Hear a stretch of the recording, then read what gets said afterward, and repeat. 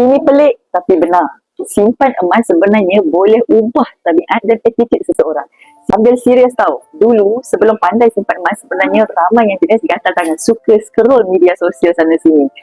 Tak tahu, tiba-tiba je barang dah masuk kat dalam troli, duit pun hilang entah ke mana. Saving apatah lagi kan.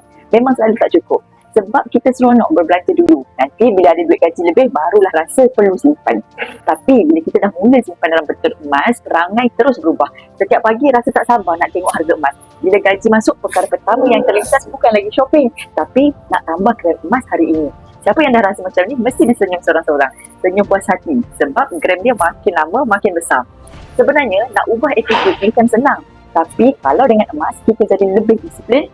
Kalau anda pun nak mula ubah mindset kewangan dan disiplin menyimpan, jom saya guide mulakan simpanan emas dengan cara yang paling mudah dan selamat, menabung emas di public gold. Why nak mula simpan emas sekarang? Yang kaya, anda juga.